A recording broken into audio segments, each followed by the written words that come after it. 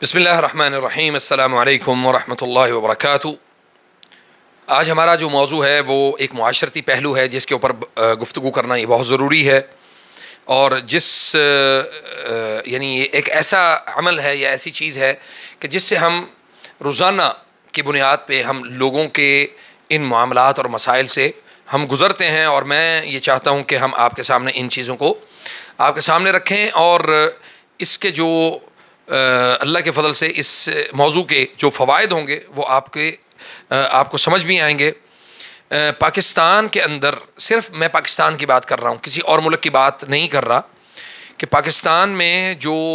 Never married خواتین کی جو تعداد ہے، آج اس کے اوپر بھی گفتگو کریں گے، اور پھر ہم نے بات کرنی ہے کہ اس معاشرتی اس مسئلے کا حل کیا ہے۔ تو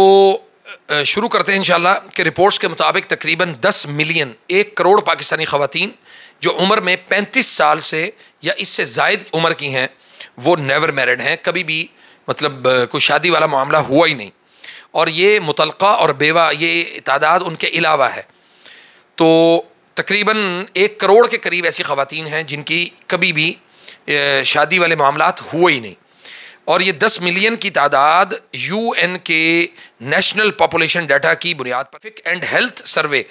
DHS وہ کہتا ہے کہ پاکستان میں 35 سال سے زیادہ کی یا 35 سال تک کی جو عمر ہے، 35 سے 50 کے درمیان جو تعداد ہے وہ تقریباً 98% ہے۔ 98% خواتین پاکستان میں ایسی ہیں کہ جو غیر شادی شدہ ہیں یا ان کی شادی کی عمر جو ہے نا وہ گزر چکی ہے۔ اب 35 سے 50 سال کی عمر میں خواتین کا جو یہ جو میں نے آپ کے سامنے ایک سروے پیش کیا، پاکستان بیورو آف شماریات کے 2020 اور 21 اور 2018 اور 19 یعنی 18 19 20 اور 21 کے مطابق labour force survey Pakistan DHS یعنی PDHS کے ڈیٹا کے مطابق 35 سال سے 39 سال کی عمر کی تعداد کی خواتین جو ہیں وہ تقریباً 2 سے 3% بنتی ہے، اور 40 سے 44 سال کی عمر کی خواتین کی تعداد جو ہے نا وہ 2 سے 3% بنتی ہے، اور تقریباً 45 سے 49 سال کی تعداد جو ہے نا وہ 1 سے 2% بنتی ہے۔ اس کا کیا نکلتا ہے کہ رپورٹ کا 10 ملین کا تخمینہ ممکنہ طور پر UN جو ہے نا وہ کہتا ہے کہ یہ 35 سال کا جو عمر گروپ ہے اس کو شامل کر کے انہوں نے بنایا گیا ہے کہ انہوں نے یعنی یہ کبھی بھی شادی والے معاملات سے نہیں گزری۔ صرف 35 سے 49 سال کی عمر کی خواتین کا ذکر تو واقعی نکاح کے بغیر خواتین کی تقریباً تعداد 1.2 یا 1.5 ملین یعنی اس کا 2% کے قریب ہوگی، لیکن اگر UN کے اندازے کے مطابق دیکھا جائے تو 50 پلس کو بھی شامل کیا گیا ہو تو شرح اور تعداد اس سے بھی زیادہ ہو جاتی ہے۔ اب آتے ہیں کہ اس کا حل کیا ہے معاشرتی۔ اب آپ دیکھیں کہ معاشرے کے اندر اس تعداد کے اندر خواتین جو ہے نا وہ زیادہ ہیں، اور معاشرہ جو ہے نا وہ ان خواتین کو قبول کرنے کے لیے بھی تیار نہیں ہے۔ اسلامی پہلو کیا ہے جی؟ دوسری شادی کا سنت نبوی صلی اللہ علیہ وسلم ہے کہ رسول اللہ صلی اللہ علیہ وسلم نے متعدد شادیاں کی اور امت کو 4 شادیوں تک کی اجازت دی۔ یہ اجازت عدل اور تقوی کے ساتھ مشروط ہے، یہ اجازت عدل اور تقوی کے ساتھ مشروط ہے، یعنی اگر آپ عدل اور اللہ کا خوف کرتے ہوئے دونوں بیویوں 3 اور 4 بیویوں کے درمیان عدل کر سکتے ہیں۔ دوسرا اس کا پہلو یہ ہے کہ وہ بندہ زنا سے حفاظت کی طرف چلا جاتا ہے۔ مصیبت اور مسئلہ یہ ہے کہ ہماری خواتین یہ بات قبول کرتی ہیں کہ ہمارا خامن جو ہے نا وہ زنا کی طرف چلا جائے، لیکن وہ یہ بات کبھی قبول نہیں کرتی کہ وہ کسی عورت کو سہارا دے یا اس کی زندگی کہ اس کو اپنی زندگی میں شامل کر کے ایک عزت دار گھرانے کی عورت بنا کے اس کو اپنے گھر میں رکھے۔ اگر مرد کی ایک بیوی میں جسمانی یا طبی وجوہات کی بنا پر ازدواجی تعلق ممکن نہ ہو تو دوسری شادی گناہ سے انسان کو بچا سکتی ہے۔ بیوہ مطلقہ خواتین کا سہارا، دوسری شادی سے ان خواتین کو خاندان اور تحفظ خاندانی پہلے تو خاندان ملتا ہے اور پھر تحفظ ملتا ہے، اور جو بیوہ اور مطلقہ ہیں ان کو دوبارہ گھر بسانا جو ہے نا وہ ان کے لیے آسان ہو جاتا ہے۔ اب اس میں سماجی پہلو کیا ہے؟ غیر شادی شدہ خواتین کا نکاح، جیسے کہ پاکستان میں لاکھوں یعنی 35 سال سے زائد غیر شادی شدہ خواتین موجود ہیں، دوسری شادی سے ان کے لیے نکاح کا دروازہ آسان ہو جائے گا، کھل جائے گا، یتیم بچوں کی پرورش آسان ہو جائے گی۔ بعض اوقات دوسری بیوی یتیم بچوں کے لیے ماں بن جاتی ہے اور ان کی بہتر تربیت کا ذریعہ بن سکتی ہے۔ خاندانی مضبوطی، ایسے خاندانوں میں جہاں پہلی بیوی کی صحت کمزور ہو یا بچے نہ ہوں، دوسری شادی سے خاندان کا سلسلہ قائم رہتا ہے اور وہ چلتا رہتا ہے۔ بعض ایسی خواتین بھی ہیں جو اپنے خاوندوں کو اولاد نہ ہونے کی وجہ سے بھی ان کو دوسری شادی کی کبھی بھی اجازت نہیں دیتی۔ یہ ایسی خواتین کو اللہ کا خوف کرنا چاہیے اور اپنے خاوندوں کو اجازت دیں کہ وہ دوسری عورتوں کے ساتھ بھی حلال تعلق قائم کر کے شادیاں جو ہے نا وہ ان کے ساتھ مکمل کریں۔ ازدواجی سکون، اب بعض مردوں کی ضرورت یا طبی طاقت کا جو بہت زیادہ ہوتی ہے اور دوسری شادی ان کو حلال دائرے میں سکون فراہم کرتی ہے۔ عمر کا فرق اور توازن، اگر پہلی بیوی کی عمر زیادہ ہو گئی اور شوہر ابھی جوان ہے تو دوسری شادی ازدواجی تعلق کو متوازن رکھ سکتی ہے۔ جذباتی سپورٹ، بعض اوقات دوسری شادی جذباتی اور گھریلو کمی کو پورا کر دیتی ہے، لیکن ان تمام چیزوں کی بنیاد جو ہے نا وہ شرط کیا ہے؟ وہ عدل ہے۔ قرآن کریم میں اللہ رب العزت نے فرمایا فَإِنْ خِفْتُمْ أَلَّا تَعْدِلُوا فَوَاحِدَةً أَوْ مَا مَلَكَتْ أَيْمَانُكُمْ، اگر تمہیں خوف ہو کہ تم عدل نہیں کر سکتے، معاملات کو ٹھیک سے نہیں چلا سکتے، تو تمہارے لیے وہ ایک ہی کافی ہے، ٹھیک ہے؟ اگر تم عدل نہ کر سکو تو ایک ہی بیوی پر اکتفا کرو۔ اس لیے دوسری شادی کے تمام فوائد اسی وقت حاصل ہوں گے جب مرد دونوں بیویوں کے حقوق، نفقہ، وقت، رہائش اور عزت میں عدل کرے گا۔ تو اس لیے پاکستان کے اندر خاص طور پہ، عمومی طور پہ پوری دنیا کے اندر عورتوں کی تعداد اور کثرت بہت زیادہ ہونے کی وجہ سے ہمارے ہاں اس چیز کو مجموعی طور پہ دوسری شادی، تیسری اور چوتھی شادی کو حرام بھی سمجھا جاتا ہے اور انتہائی مکروہ جو ہے نا وہ عمل سمجھا جاتا ہے۔ اب یہاں پہ بہت سارے لوگ یہ سوال کریں گے کہ علی بھائی آپ نے شادی کیوں نہیں کی دوسری، آپ تیسری شادی کیوں نہیں کی، چوتھی شادی کیوں نہیں کی؟ میرے والد صاحب نے الحمدللہ 4 شادیاں کی، 4 شادیوں میں سے اللہ تعالیٰ نے 4 خاندانوں کو مضبوط کیا، اور 4 خاندانوں کو مضبوط کرنے کے ساتھ اللہ تعالیٰ نے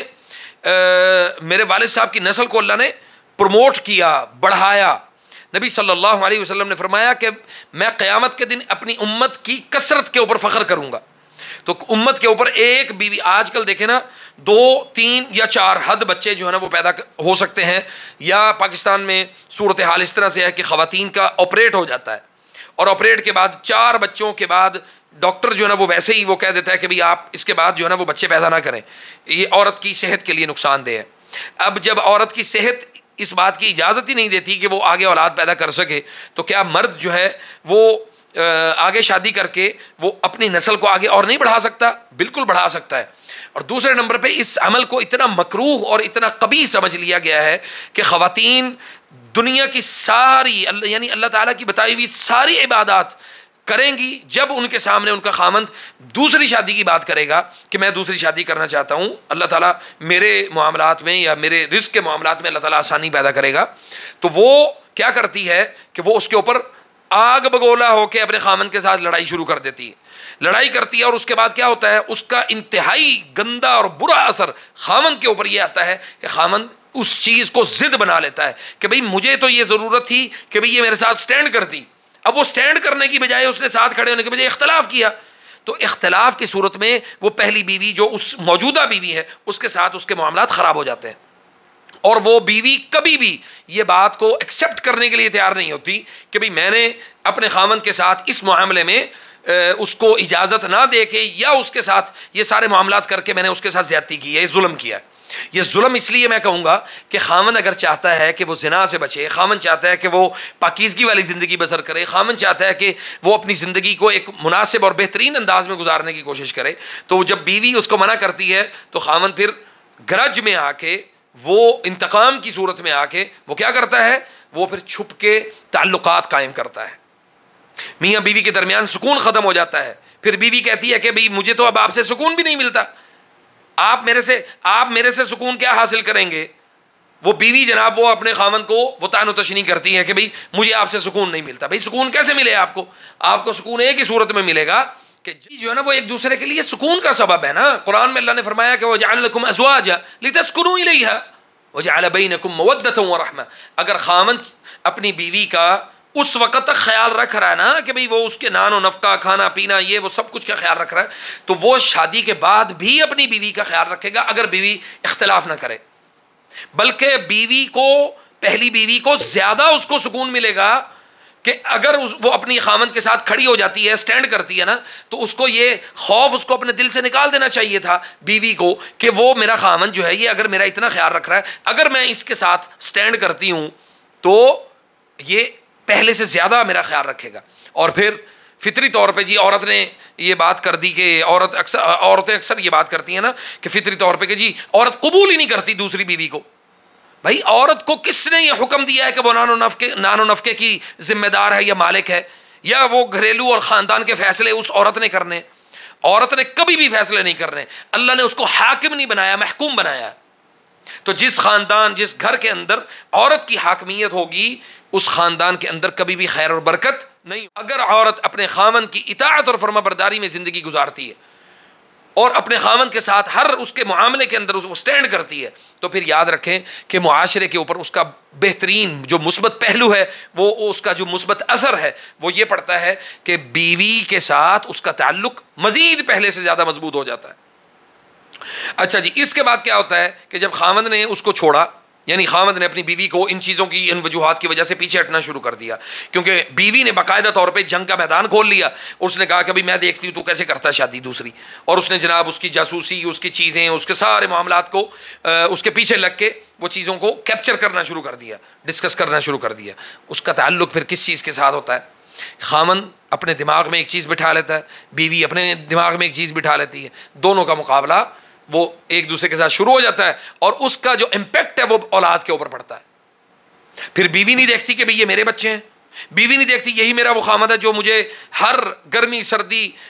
خزاں موسم، یعنی خزاں اور بہار اور گرمی اور سردی اور زندگی کے ہر مرحلے میں جس خامد نے اس کے ساتھ اچھا سلوک کیا، وہی خامد اس کا دشمن بن جاتا ہے۔ وہ خامد کیوں دشمن بنتا ہے؟ وہ اسی لیے کہ بھئی میں نے اتنا سب کچھ کیا اس کے لیے، یہ میرے ساتھ کیوں نہیں سٹینڈ کرتی؟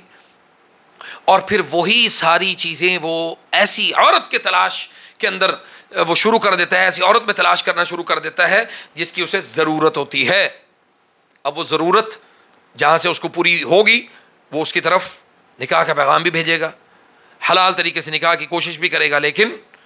اس کو کسی صورت بھی کامیاب ہونے سے پہلی بیوی نے روکنا ہے، یہ اس کا عزم ہے، اس کا ارادہ ہے۔ اب وہ خاندان بھی تباہ ہو گیا، فیملی بھی تباہ ہو گئی، بچہ بھی تباہ ہو گئے، رشتہ داریاں بھی ختم ہو گئیں، اور ان کا جو اثر ہے وہ اولاد کے اوپر آنا شروع ہو گیا۔ اولاد کو باغی کرنا شروع کر دیا، بغاوت کی طرف جیسے جیسے وہ آگے بڑھتے چلے گئے ویسے ویسے معاملات خراب ہوتے چلے گئے۔ تو میں یہ دعا کرتا ہوں کہ اللہ تعالی ہمیں ان ساری چیزوں کے اوپر جو ہے نا وہ ہمیں مکمل کرنے کی اور ان چیزوں کو سمجھنے کی اللہ تعالی ہمیں توفیق عطا فرمائے۔ اور میں امید کرتا ہوں کہ انشاءاللہ آپ کو ہمارا یہ موضوع پسند آئے گا۔ اسی طرح کے اور معاشرتی موضوع جو ہیں وہ اگر آپ کی نظر میں ہوں تو آپ اپنے نیچے کمنٹ باکس میں ضرور بتائیں، تاکہ ہم ان کو اللہ کی توفیق سے آپ تک پہنچائیں اور ایک یعنی تحقیق شدہ جو چیز ہے وہ آپ تک پہنچانے کی کوشش کریں۔ فجزاکم اللہ خیر، والسلام علیکم ورحمۃ اللہ وبرکاتہ۔